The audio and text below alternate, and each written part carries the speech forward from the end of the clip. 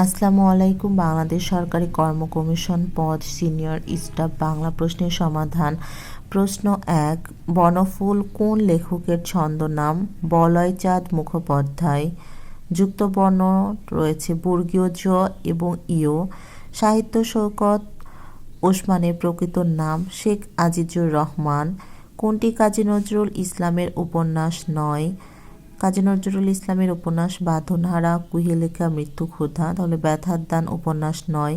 পরিচয় আমি বাঙালি, আমার আছে ইতিহাস গর্বের, এটি কোন কবিতার চরণ? আমার পরিচয়। কোন সালের চীন ভ্রমণের স্মৃতিকে কেন্দ্র করে বঙ্গবন্ধু আমার দেখা নয়াচীন গ্রন্থটি রচিত হয়েছে? 1952 সাল। চর্যাপদ কত সালে আবিষ্কৃত হয়? 1907 সালে। বাংলা সাহিত্যের উদাসীন পথিক কে? মীর মোশাররফ হোসেন। 21শে ফেব্রুয়ারি সংকলনের প্রথম সম্পাদক কে? হাসান হাফিজুর রহমান। রেস্তোরাঁ শব্দের উৎস কোন ভাষা? ফরাসি।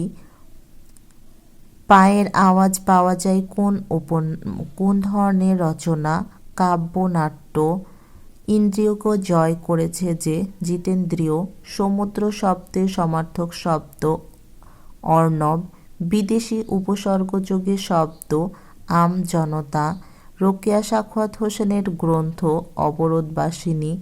জর্জ সাহেব কোন সমাসভুক্ত? কর্মধারয় সমাস। যিনি জর্জ তিনি সাহেব। বিদ্যাপতি কোন ভাষায় পদাবলী লিখেছেন? ব্রজবলি। কাকভূষণ্ডী বাগধারার অর্থ দীর্ঘজীবী। যে ব্যয় করতে কুণ্ঠাবোধ করে তাকে বলা হয় ব্যয়কুণ্ঠ অথবা কৃপণ। দুটো এখানে অপশানে আছে। জাহানারা ইমামের 71 দিনগুলি কোন ধরনের রচনা? দিনলিপি।